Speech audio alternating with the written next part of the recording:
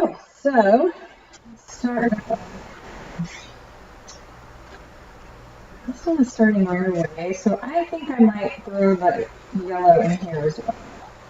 For these, because it's starting right out of the row. We'll at least get this started.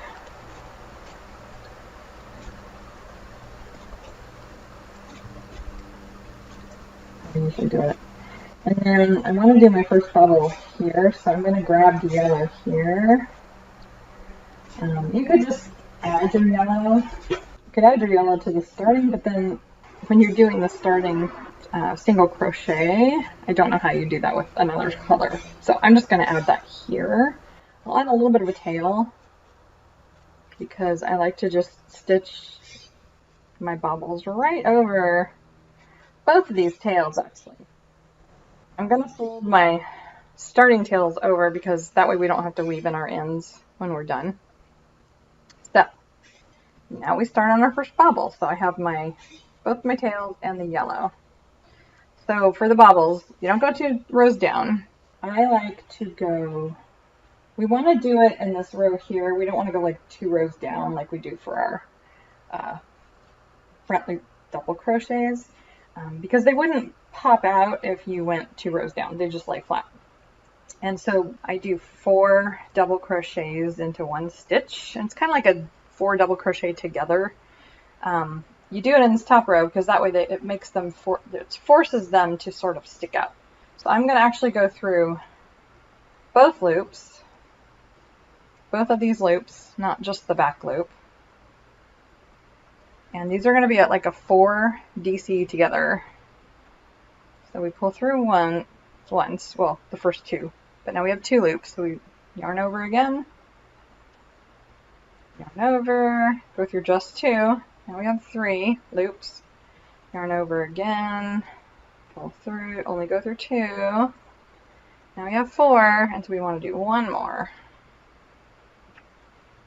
Now we should have 5 loops on our hook, and now pull all the way over. Now this is a bobble, but it doesn't look like one. What makes it a bobble is when you go to the next stitch, you're kind of forcing this whole thing down. But in this case, we want to grab yellow because we need to do a bobble right there in the next stitch. Now we grab our yellow. Oh, I should have stitched over green, but that's okay. Sometimes there's just too many. So we pull through. This is going to want to go to the back, and that is fine. So once again, let's do a bobble. Yarn over. Only go through 2. Yarn over again for the next one. Go through 2, yarn over again for the next one, only go through 2, and yarn over one more time for whatever, like another DC. Okay, so now we have 5 loops. Go ahead and pull through all of them. Next one, we want to switch again. So I'm switching to my purple. Now just keep in mind these tails, you just want to keep stitching over them. So we pull through. Now we're going to yarn over, like we're doing a double crochet, but don't, when you get to the last 2 stitches, stop. Go ahead and do another one. So I'm at 3 loops, do another one, 4 loops, and we'll do 1 more. So we have 5 loops, pull through. Now just go to the next stitch, which is a single crochet, back loop single crochet. And now we'll just go along until we get to our next one. And I'm still stitching over these tails as far as I can. And I'm carrying the yellow with me because I need it for every flower center. I'll need it again. So now we're at the next petal. So once again, yarn over, go through both loops. And do 4 of these partial DCs. And you know, these go pretty fast once you get in a rhythm. Stitch our next single crochet back loop, but get our yellow when we do that. Lay down your purple, take your yellow. I kind of pull a little tight when I do this so I can kind of get it all together. And we'll do our center flower. What do you call the centers of a flower? Whatever it is, it's yellow. So we'll do, oh, see, I lost my butt. If you don't pull too tight, you can get those back. Okay. Saved. One more. And you'll notice as I'm doing these, I'm kind of pulling up a little to keep these sort of loose. Because I think in the past when I've had trouble with these, when I'd pull them, these loops were kind of tight, so you couldn't get that last, you know, yarn over and pull through. They were so tight. Now we're going to switch. Purple. Ah, okay. Now again, we're going to carry our yellow to our next petal. Both loops. They kind of pull up, and it lengthens this loop here just to help sort of make sure it's not too tight.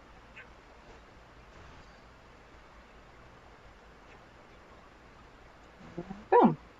And then the rest are just going to be your typical back loop single crochets until we get to the next flower.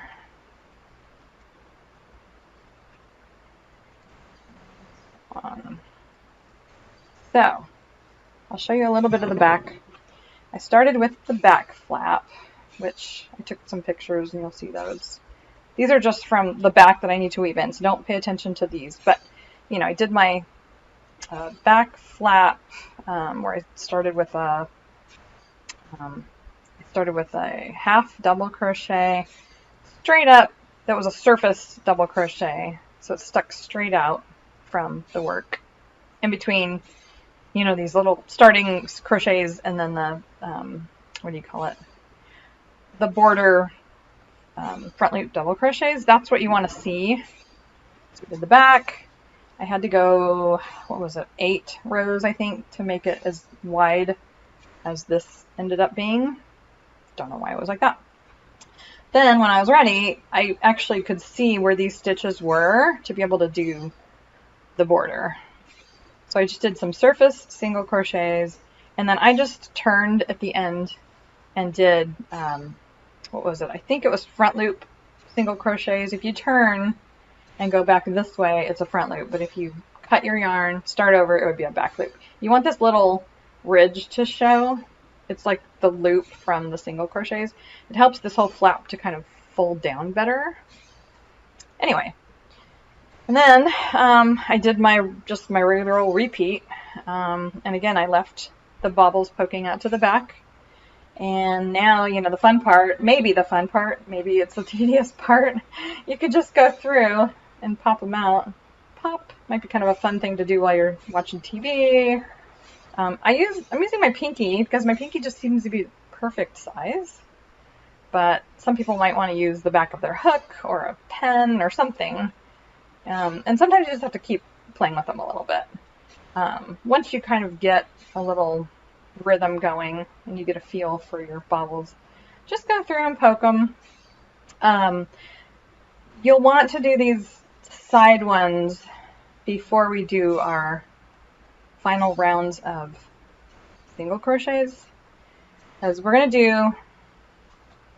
we don't do flaps on the top and the bottom. I don't, because why? It's just a waste. You can if you want, but to me, you know what, I'm not going to waste my time and, you know, effort and yarn to do a flap here when I don't need one.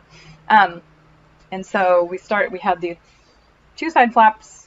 We will put these together on a final round of single crochets that go around the whole entire thing. I think that'll be a little more seamless. And then for our top border and bottom border, I just stitched right into both the edges of the back and the front. The front, you just want to make sure you have 7. You want the starting one and then 7 stitches through this border. So starting single crochet and then 7 stitches, because this is 7 stitches. Make sure you have 7. This is 7 rows, so make sure you have 7 stitches. This back, you just have to kind of poke through whatever makes sense, because this, for me, was 8 rows.